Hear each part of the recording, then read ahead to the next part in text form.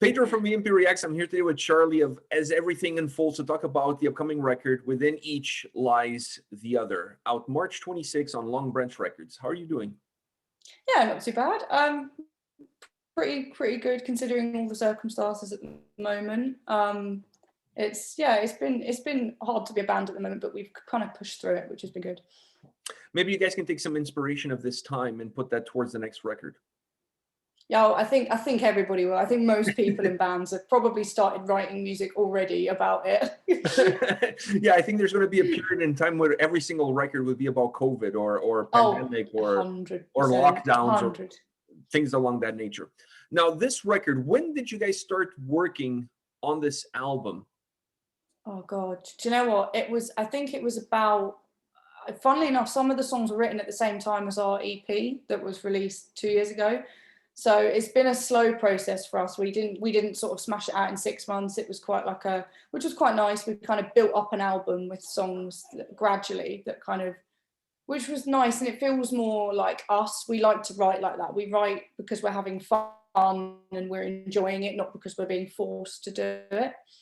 So it was a really nice process, and yeah, it's been gradual, but we were writing songs right up until 2 weeks before recording. So yeah, and then we kind of picked the best bunch. Is it the creative process for you guys a very organic process from that perspective then? Like you don't necessarily force yourselves to go into the room and work together. It's just whenever things come up, things come up. Yeah, it's definitely that. And because we've tried to do the sort of like, regimented writing sessions, and you just can't get creative. Whereas when we're normally, in normal circumstances, we're all sort of together, we order a pizza and have a laugh and write some music, whereas obviously we've not been able to do that. So it was a little bit difficult, but we did manage to get the album recorded before the first lockdown in the UK, which was really, really good. So but especially like now with what we're doing going forward, it's quite a weird process now. So yeah, it's been a bit odd. Do you think recording songs from that perspective impacts the fluidity of the record when you're putting them together? Because you don't have songs necessarily that were created with the same mindset because they're so far apart from each other. And perhaps when they're coming together into the album, some of them will feel a little bit out of place because of that. Is that a concern for you guys? To be honest, not really, because I think we've always been a band that's experimented very much within like different genre kind of cliches. We've kind of done metalcore, we've done like the ballads, we've done the kind of poppy stuff, and we always kind of fluctuate between them. And it just sounds like, some songs are more mature than others, and you can tell that. Hiding from Myself was written quite a while back, and I do feel you can sort of hear the old style of us. But then the newer songs, although they still have those like elements in them, they do sound more mature. And I don't think that's necessarily a bad thing. I think because it was all recorded at the same time, which I think is important. I think if it was recorded separately, Oh yeah, that would have been maybe a different story. But yeah. What was the most challenging aspect of putting this whole record together? Because it's something new in terms of the length of the body of work, if you will. It's not an EP. Now you have to put all of this together. You have to work it out, make sure everything is perfect, because you want to be the best first step out. So what was the most challenging aspect of this record from that perspective? I think recording it, this is the first time we'd properly been to an actual like recording studio. Like the first EP we did it with he had a studio, but it was much more sort of like budget and a bit more kind of, for starter bands, and the guy was great. But this time around it was much more kind of professional and proper, and we stayed away for like 2 weeks and kind of had a proper nice recording session, which was really nice. But that was a new experience for us, and being under the pressure of having to get it done in that exact time frame was kind of new and scary, but also exciting for us. I have to ask you about the title of the record, because that was one of the first things that appealed to me. Within each lies the other. I feel like there's a double meaning here somewhere, and I think you guys are trying to say something in between the lines there. What are you guys trying to say with this title? So the title, as Within Each Lies the Other, is a play on of As Above, So Below, but it's like about within the self. So like within yourself, there's always like another you that you're not particularly proud of, or you're not, you really struggle with, but without that person, there isn't a you. That's kind of like that whole, you need both sides of it to kind of create the you. And that was kind of the idea behind it, because that is what a lot of the concept of the album was written about. And we felt like it was a really fitting title for that. Speaking of that, I felt like the record was very emotionally driven. It was present in the title of the album, but it's definitely present in all the songs. The songs feel very personal. They almost feel like we got a little bit of a glimpse into a diary, if you will. Like, there's a personal connection with the tracks. Do you feel the album is that emotionally driven? It has that deeper connection with you guys. It shows perhaps a different side of who you guys are. Oh, 100%. I think we're very much like, we like to wear our heart on our sleeves, our slot. You know, we're very much like, you know, you have to be open about your feelings, and you have to, especially like within the group. I think that's been very important with how we've been writing and stuff like that. And but also outwardly, and making sure that, you know, your fans and stuff can connect with your music. And I feel like when you make it sort of personal and emotional, you can tend to get a much better rapport and relationship with fans. I think it allows us, the listener, to connect with the band and the record a lot better, because we can relate to some of those same experiences, and perhaps we don't have a way of expressing them, but by listening to you singing about it, it's like, yeah, that's exactly how I felt. I just never really been able to put it into words. Is that a rewarding aspect of that experience?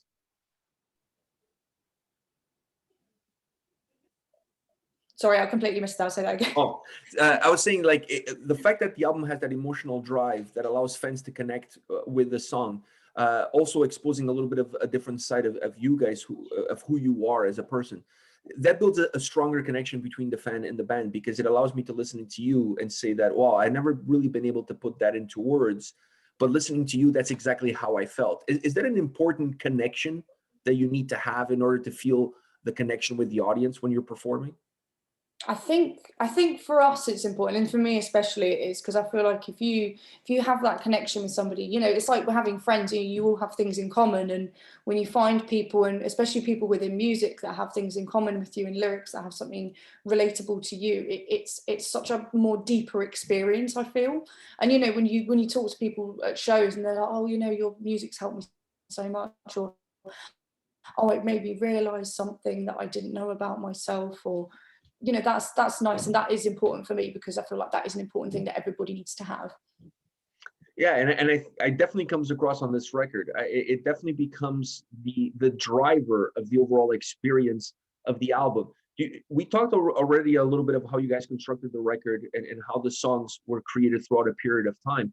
Do you feel, because of that and because of this emotional connection that the record has, that this is an album that doesn't need the whole record in order to work, that the strength of each song individually kind of carries the weight of the album, if you will? Yeah, I think, I mean, you know, we've released is it 5 or 6 singles? I don't even know myself, but you know, I think it's we fine. we, we were yeah, we so we, you know, we always wanted to release quite a few singles, because we do feel like the songs do stand out by themselves, and you don't have to buy the whole album. You don't, you know, because especially we're in a culture of very much like single mentality, of like, you know, music is so disposable, and you flick through Spotify, and you know, you've got to cater to those people as well as catering to people who are much more traditionalist and prefer an album like myself, you know. And it's so appealing to those both sides of it, I think, for us is important, as well as in terms of also being commercially, you know, and getting successful and getting out there and gaining fans. It's important to kind of do both. What, in your opinion, is the driver of this record? When you listen to this album, what do you feel is the element that is pushing the record forward, that gives that movement to the album? God, I don't really know. I think it's just drive. Like we've been, as a band, we've been doing music for a long time together. Our first EP didn't come out till like 2018 or something. It's been like, you know, we've always sort of been the young band and kind of the baby band, and people have never really treated us seriously, or, you know, never taken us seriously. And for us, this is like the first time that we've been able to be like, bam, this is us, we're here now, pay attention to us. And for us, I think on a personal level, it's like, here's our debut album, like this, it's just something we're really proud of. And I think that is, for us, on that level, that is what this album stands for us more than anything. One of the things that really stands out on this album is your vocals. Perhaps you don't want to pat yourself in the back, so I'm going to do it for you. So I really felt like your vocals were so dynamic on this record. Like you gave us, I think, everything you had to give us but it wasn't a one size fits all. It's not like if you listen to the first song and you listen to the last song, nothing changes as far as your vocals are concerned. I felt like you went where whatever the song was taking you, and it really helped tell the story that was built into the lyrics. How do you define your own vocal approach? Have you ever thought about that? No, I've never really. It's kind of just been like I've very much always been very, if somebody said you can't do it, then I'm like, all right, then I'm going to do it. I'm very much that kind of person. So as soon as I heard, I think the first proper female screamer I heard was like Flyleaf, when she used to kind of do the like rough screaming and stuff in the songs, and I was like, oh, that's cool, and and then I started going on YouTube and looking up videos and experimenting, and the boys were kind of good with letting me kind of try things out without laughing, because that is quite a big thing as well, because obviously when you're trying to it's not a pretty sight, it's not nice sounding, but they were very like, yeah, no, they were very encouraging, and I've always wanted to have a lot of range, because I feel like if I can do two people's jobs, then it just makes it easier for everybody. It's job security. Yeah, exactly. I love your approach. I think it's simple, but at the same time, it's so truthful. So I totally love your approach, and I love your vocals on the record. And those changes, that range that you've given us, how much is driven by the music of the song, and how much of that is driven by the lyrics in the song? I think it's a bit of both. I mean, obviously, certain songs, when we write them, I will listen to them and go, "Oh, that needs a screaming bit there," or "That needs a nice clean bit." That I will kind of work it out first, and then when I go back in with lyrics, if there's certain lyrics or certain lines that I feel need like accentuating, then I will emphasize those by screaming those bits. And so it's kind of like a kind of double like whammy in terms of both. So like I said, some songs are heavier, so I'm like, yeah, that needs scream verse, yeah, that's fine, but I tend not to put like screaming in choruses. I think for me, I really like to keep a chorus nice and like a nice melody. That's kind of like my fundamental thing. I'm thinking chorus stays a nice chorus, and everything around it can be screaming if I want. Everything else can become chaotic as long as there's some consistency in the choruses for you. 100%, yeah. The staying with the vocals as the topic and moving it into the lyrics, do you see yourself as a storyteller, and therefore you use your vocals as an instrument to tell a story? Is that how you see yourself as one of the roles that you have within the band? I think it is, because I think any vocalist, it should be. I think you are the person that's trying to portray the emotion. I mean, not in all bands, because you do get in instrumental bands, but often you have a guitar that will be doing what would be like a lead vocal almost, or but yeah, especially lyrically, if you're trying to tell a story, you need to portray it in a certain way, and it's a really hard question, because that's quite, yeah, I feel like you need to be, and if you're not, then I feel like people won't get that engrossed in it, and they won't believe you, and then it kind of makes the music maybe not hit as much as it should. Yeah, perhaps fall a little flat. Yeah, I think that's probably what I was trying to say. Yeah, I was trying to find the word. Because I just feel like if that's one of the things I got from this record. I felt connected to the record because I felt connected to you and the way you were telling me the stories on the album. And I don't, and if it didn't come across in an organic, natural way that you were telling me a part of who you are, as a listener, you kind of just like, it's just another song, whatever. You kind of walk away from it, and I think that connection is super important. And I don't think it's always there these days. That's why I want to know if you feel like you consider yourself a storyteller, because I think you're a magnificent storyteller from the outcome of this record. Oh, thank you. I try my hardest.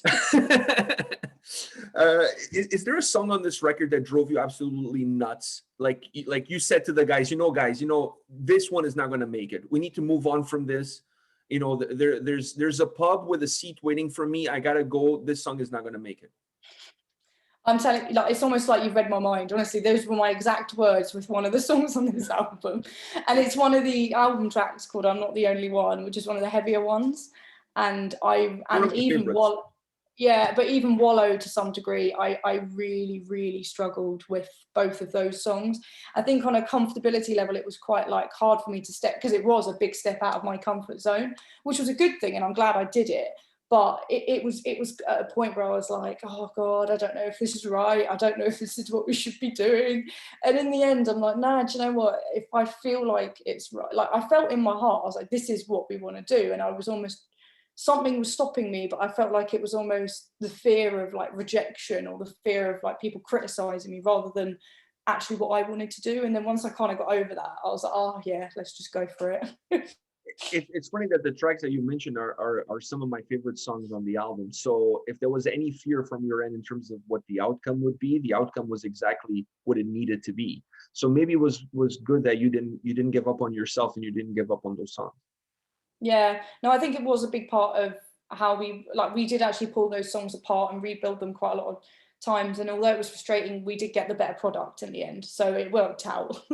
Is that part of the growth process for you as you see yourself going forward as a musician, is understanding your limits and what you can do to work around those problems, not giving up necessarily? Oh, we don't give up. We are literally like the band of we don't give up, which is good because if we don't have that drive, I will get frustrated and at the studio I cried and I got upset and I got frustrated and I had to go for a walk with Oz, the producer, we had to go for a walk around the beach and, he talked me through and I think it's all mental. It's all, boundaries in terms of my vocals or what I feel comfortable doing. It's all in my head. And it's just getting over those hurdles to then, because then as soon as I did it, he was like, yeah, see, you can do it. And I'm like, what is wrong with me? And but so we're always going to push ourselves, and even musically the boys are always looking at ways to kind of create something new, something that is almost like an underlying interest, or like something that's not really too obvious, in terms of keeping the music interesting.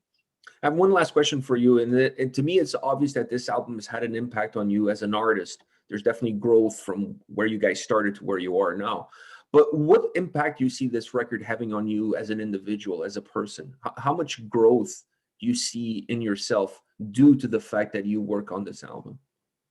I think kind of going back to that drive thing again, like I think for me this was such a like important milestone for me doing what I'm doing for like I mean I'm for joining my first band when I was like 15 or 16 in this. I've been doing it for like 8 years or something, and which isn't actually a huge amount of time, but for me, like I'm playing in little bands and like I said, not being taken hugely seriously, and then having a debut album that is quite well anticipated. A lot of people have been telling me, it's surreal, and it's lovely that we've been getting loads of like press and lots of like lovely comments on YouTube and Spotify putting us on endless playlists, and I'm just like it's quite an important one for me, and it's finally the point where I've sat and gone, oh, do you know what, like I've actually done something that's like successful almost, because you can write as many songs as you want and listen to them in your bedroom or you're in your living room or whatever, but having something that is commercially available and people enjoy, I think is such a big thing for me. It's given me a lot of confidence, so I think that's probably on a personal level what it's done for me. Wow, that's great. Charlie, thank you very much for your time today. I really appreciate it, even with all the technical internet difficulties. I really appreciated your sticking through it and not giving up on this conversation. So thank you for your time. Best of luck to you and the rest of the band with the release of this album. I think the album is a really well put together record. I really enjoyed listening to this record. I really connected thank you. with it. And so all the best to you guys on March 26th. The album comes out. Within each lies the other. Thank you once again. Thank you for your time. All the best. That's all right. No worries. See you later. Take care. Bye.